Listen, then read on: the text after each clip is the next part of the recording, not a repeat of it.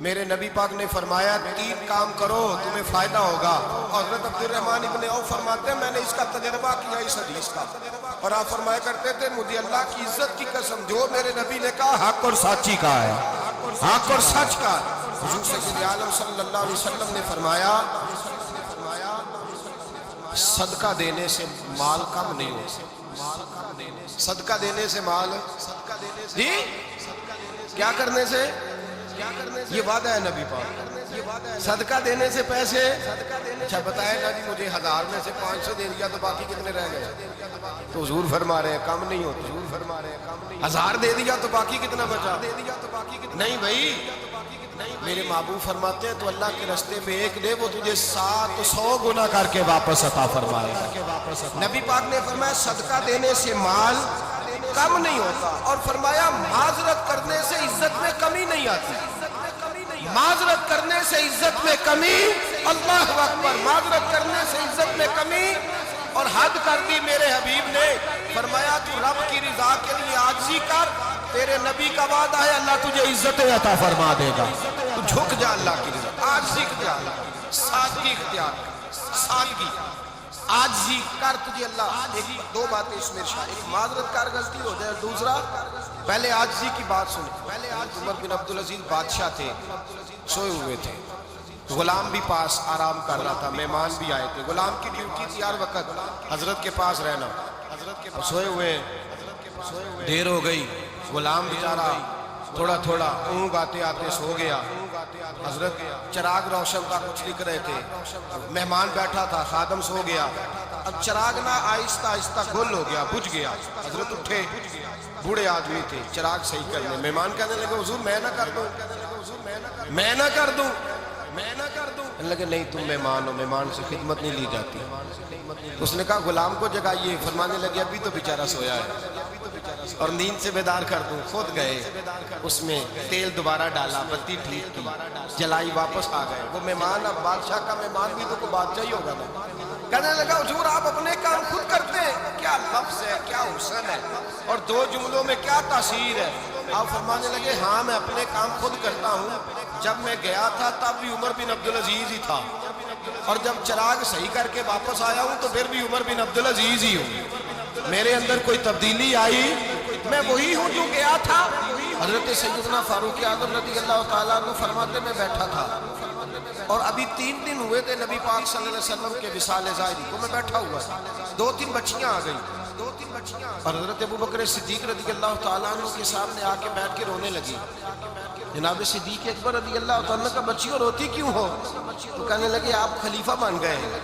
جب سے ہمارے ابا کا انتقال ہوا تھا ہمارا ذریعہ معاش یہ تھا کہ ہم نے بکریاں رکھی ہوئی تھی.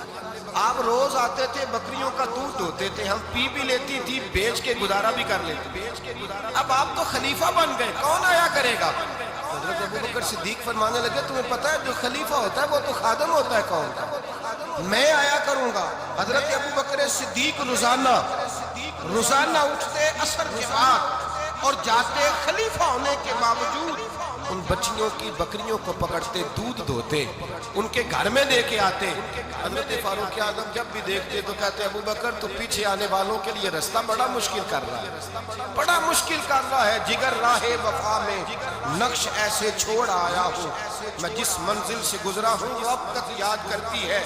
حضرت سلمان فارسی رضی اللہ تعالیٰ عنہ صوبے کے گورنر تھے, سادہ سا لباس پہن کر سادہ سا بس اسٹاپ پہ کھڑے تھے, جہاں سے لوگ اندر داخل ہوتے تھے, جہاں سواریاں باندھی جاتی تھی, آج ہم اپنے زبان میں اسے بس اسٹاپ کہتے ہیں. باہر کھڑے تھے, کوئی مہمان آ گیا کسی کا, اس نے دیکھا سادے سے کپڑے ہیں, خستہ سی حالی ہے, اس نے سمجھا کوئی کلی ہے شاید, ملازم ہے. کہنے لگا خادم ادھر آؤ, ادھر آؤ. آپ قریب گئے, کہنے لگے میرا سامان اٹھاؤ. امام غزالی فرماتے ہیں جب تو علم پڑھنے بیٹھتا ہے تو یہ بھی خیال کرنا تیرے اندر تکبر کا بوٹا نہ لگ جائے. عاجزی اختیار کرنا, عاجزی. سر پہ رکھا ہوا ہے سامان. حضرت سلمان فارسی نے گورنر صاحب اس آدمی کا, مہمان کا سر پہ سامان رکھا اور جا رہے. سنو اور غور کرو. جب جا رہے تھے جو آدمی ملتا گورنر صاحب ہمیں دے دے. مہمان پریشان ہو گئے, کہنے لگے حضور آپ گورنر ہیں؟ فرمانے لگے نہیں, یہ تو میرا دنیا داری کا نام ہے جو ان لوگوں نے رکھا ہوا ہے، اصل میرا نام وہی ہے جو تو نے لے کے پکارا، اصل نام وہی ہے۔ تو نے کہا غلام ادھر آ، آپ فرمانے لگے پہلے میں ایک یہودی کا غلام تھا، پھر رب تعالیٰ نے فضل کیا تو میں محمد عربی کا غلام ہو گیا، رسول اللہ کا غلام ہو، اور جب میں نبی پاک کا غلام ہوا ہوں تو اس سارے صوبے کا امام ہو گیا ہوں، اصل تو میں غلام ہی ہوا نا۔ دوسرا میرے نبی پاک صلی اللہ علیہ وسلم، ایک تو عاجزی سے عزت ملتی ہے، تکبر سے عزت، وہ جو بندہ جھجکتا ہے نا تیرے نیڑے جانے سے، تو کہتا ہے میری بڑی عزت کرتا ہے، وہ عزت نہیں کرتا۔ شیر کی عزت ہوتی ہے کہ خوف ہوتا ہے؟ بولے نا، اور نہیں نا ڈر لگتا دیکھو۔ شیر کا کیا ہوتا ہے؟ خوف، اس کی عزت نہیں ہوتی۔ تو درندہ ہے، درندوں کی بھی کبھی عزت ہوتی ہے؟ تو جو آدمی ڈنڈے کے زور پر لٹکا کے ڈنڈا اور وہ لوگوں سے عزت کرا رہا، تو بھائی یہ تیری عزت نہیں ہے، تیرا خوف ہے۔ عزت عاجزی میں ہے، انکساری میں ہے۔ اور دوسرا میرے نبی پاک صلی اللہ علیہ وسلم نے فرمایا عزت معاف کرنے میں۔ عزت کس چیز میں ہے؟ بدلہ لینے میں عزت، یہ حقائق ہے۔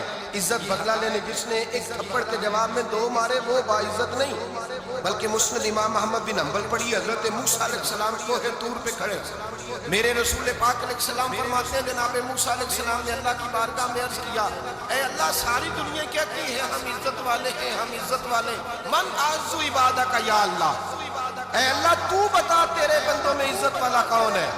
حضرت موسیٰ کہتے ہیں رب کریم نے فرمایا اذا قادر غفارا، جس کے پاس بدلہ لینے کی طاقت ہو پھر بھی معاف کر دے وہ بڑی عزت والا ہوا کرتا ہے۔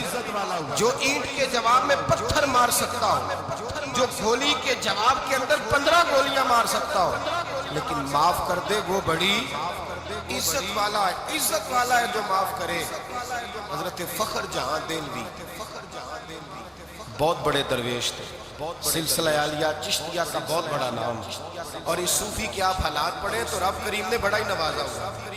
دلی کی جامع مسجد کے خطیب، اور ان کی کرامت یہ تھی کہ جو آدمی آ کے سامنے کھڑا ہوتا تھا نا اسے بتانا نہیں پڑتا تھا کہ میرے دل میں کیا ہے، بتانا نہیں پڑتا تھا، سامنے آ کے کھڑا ہوتا تھا تو حضرت ہاتھ اٹھاتے تھے، کہتے تھے اللہ یہ بے اولاد ہے اسے اولاد عطا کر۔ دوسرا آ کے کھڑا ہوا، خوشی نہیں ہو رہی آپ کو؟ دوسرا آدمی کھڑا ہوا، دوسرا آدمی، اس نے آگے کہا دعا کے لیے سامنے کھڑا ہوا تو حضرت کہنے لگے اے اللہ بیمار ہے، وہ کہتا میرے دل میں بات تھی مجھے بتانی نہیں پڑی، اتقوا فراست المومن فإنہ ینظر بنور اللہ، نبی پاک نے فرمایا مومن کی فراست قلبی سے ڈرا کرو، وہ تو اللہ کے نور سے